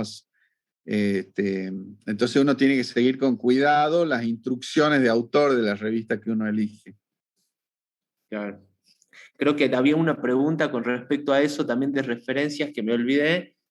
También el tipo de referencia, que no siempre es igual. A veces una revista te pide un tipo de cita o de hacer referencia a otros artículos, y bueno, también depende, ¿no?, de las revistas. Claro. ¿Cómo vamos con el horario, Soledad? 5 de la tarde. Ajá. ¿Hasta qué hora habíamos pactado? Hasta las 5, 5:30. Bueno, hacemos unos minutitos más y terminamos. No se preocupen, está grabado el chat y bueno, me encanta que hayan preguntado y esa es la manera, preguntar y preguntar. Después ahí hay una chica que pregunta del artículo, que bueno, no Sí. estoy tratando de abarcar todas, Sí. Que entonces quiere decir que en las aves de mayor tamaño ha evolucionado ha evolucionado una glándula más pequeña, pero más eficiente. Y bueno, sí, esa es la conclusión. Lo que sucede es que por más que una glándula sea chica, puede ser muy eficiente y secretar mucho. No necesariamente para secretar mucho tiene que ser más grande. Puede ser igualmente, puede ser chica y funcionar mucho y más rápido.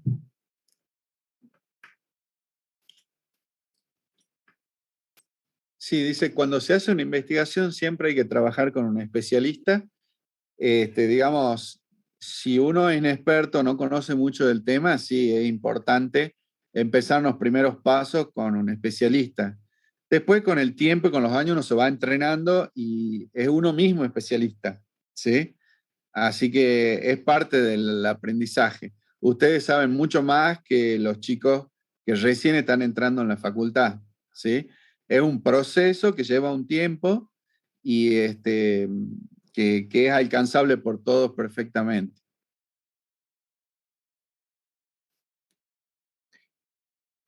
Al inicio de la charla se nombró como ejemplo la evaluación técnica de impacto. ¿Qué es? Bueno, hay los estados provinciales o el estado nacional tienen una serie de leyes y, por ejemplo, cuando se va a realizar una presa, alguna instalación industrial, instalar una minera o un nuevo desarrollo, deben cumplir con ciertos requisitos, leyes y reglamentos que tienen que ver con la evaluación del impacto, la evaluación de cómo va a impactar ese emprendimiento en el ambiente. Se realizan estudios, digamos, sobre la flora y la fauna del lugar, los sitios de humedales, todo lo que pueda ser afectado, digamos, y para eso es todo un tipo de trabajo y de investigación y de actividad, ¿sí? Hay consultoras que tienen biólogos, ingenieros en recursos, geólogos que trabajan y que son contratados por la empresa para cumplir ese requisito, digamos, de tener un estudio para que la provincia o la nación les apruebe el emprendimiento, ¿sí? Es una forma de las leyes de tratar de defender lo ambiental y bueno, ese estudio, en esos estudios pueden participar y deben participar biólogos. Hay una muy interesante que dice si es que para poder realizar una publicación científica necesitamos estar en algún punto avanzado de la carrera o tener que estar egresado. No es necesario, digamos, estar egresado o uno puede participar de una publicación en distintas etapas, digamos, de la carrera. Pueden ser estudiantes y ayudaron en un proyecto y ese proyecto surge una publicación y el director o los investigadores principales escriben un artículo y uno puede participar como coautor porque ayuda en el campo, en el laboratorio, participó en algunas fases del trabajo, o por ahí observaciones o más puntuales o iniciales, digamos, más simples, se pueden hacer uno mismo, el hallazgo de un animal en una zona que no se lo conocía. Es decir, hay una gama amplísima de conocimiento que se puede publicar.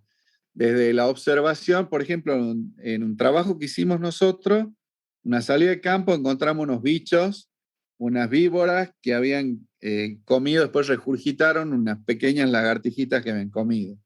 Uno podría publicar una nota biológica sobre eso, que a lo mejor lleva 2 párrafos en una revista científica, 2 párrafos diciendo que sirve el conocimiento de la dieta de ese bicho, ¿sí? Y no es toda una publicación o todo un artículo completo. Es decir, encuentra una especie en un estrato altitudinal donde no se lo conocía, o que es de monte y lo encuentra en la selva o en el desierto, en un aspecto biológico que como pequeñas notas también se pueden publicar. Digamos, es muy variado la posibilidad, pero no hay un requisito de título para para publicar en ciencia. Solo que los datos sean buenos y sean verificables y sean evaluados en la revista.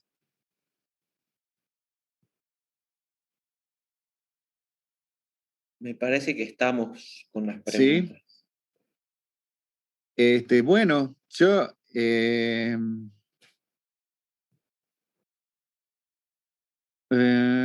sí, yo creo que hemos contestado bastante. Igual está todo grabado. Bueno, ya saben cómo en la mecánica, la clase de hoy ha sido muy introductoria y muy general. Igual por formalidad, el viernes que viene ya iniciamos un Moodle con unas preguntitas. Van a ser 4 o 5 preguntitas sobre esto. Justo lo como estoy conversando, lo que se ha preguntado sobre el artículo, sobre los distintos aspectos que hemos hablado, pueden surgir en una pregunta, ¿sí? No se preocupen que no va a ser nada rebuscado ni de memoria. No le vamos a preguntar cuántos adenómeros tiene la glándula del alpetrel, porque nadie lo puede recordar a eso. Sí le vamos a preguntar el tamaño de la glándula, por ejemplo, ¿está relacionado con la vida acuática o la estructura histológica? Por inventar algo ahora, ¿me entienden? Ese tipo de cosas, ¿sí? Así que no se preocupen porque no es nada extraño. Así ya entramos en esta mecánica y el viernes que viene, bueno, ya tienen un invitado para dar una charla, ¿sí? Soledad, estamos cerrando ya. ¿Sí? Así que bueno, chicos, cerramos. Y bueno, nuestro próximo encuentro es el viernes que viene, ¿sí? La clase sí se sube al Moodle, ¿no, profe? Y la clase ahora queda grabada y la vamos a poner en Moodle. Si hubiera alguna dificultad, vamos a inventar un Classroom. Si hubiera alguna dificultad de memoria o lo que sea. Moodle es complicado, así que es probable que sea en Classroom y le pasamos el enlace a todos. Los que no tengan Gmail, por favor, háganse Gmail y envíenlo para que lo carguemos en el Classroom, para que puedan acceder a ese Classroom.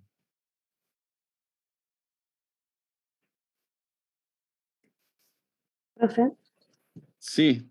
dijo que la asistencia era muy importante. ¿Cómo la toman en este caso con el chat? Claro, la tenemos con el chat. Diciendo buenas tardes, quedan grabados. No, dice preguntan de la asistencia, tienen razón.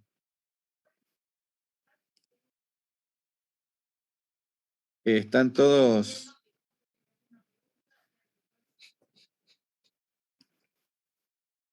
Así que es por eso es lo que se recalca que hagan preguntas. Pues no solo nos interesa que interactúan y además tenemos un registro, digamos. ¿Sí? No hay muchas maneras, digamos.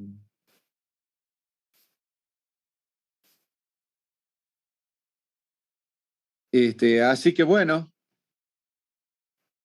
el coloquio va a estar disponible a las 15 horas, va a ser de unos pocos minutos y de ahí pasamos al Zoom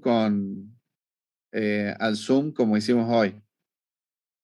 Ya le vamos a mandar bien la data, así que no se preocupen, que tienen hasta el otro viernes.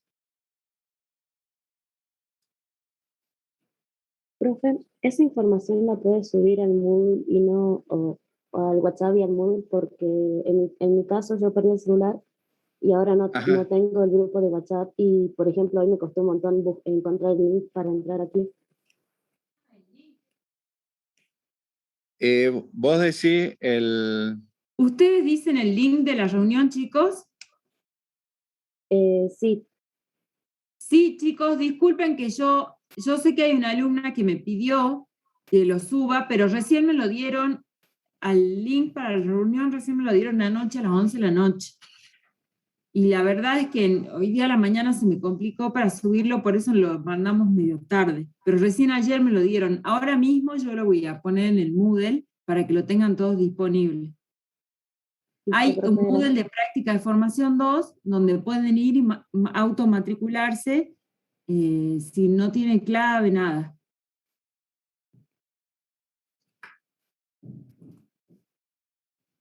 Sí, y bueno, tenemos los mails, ¿no es cierto?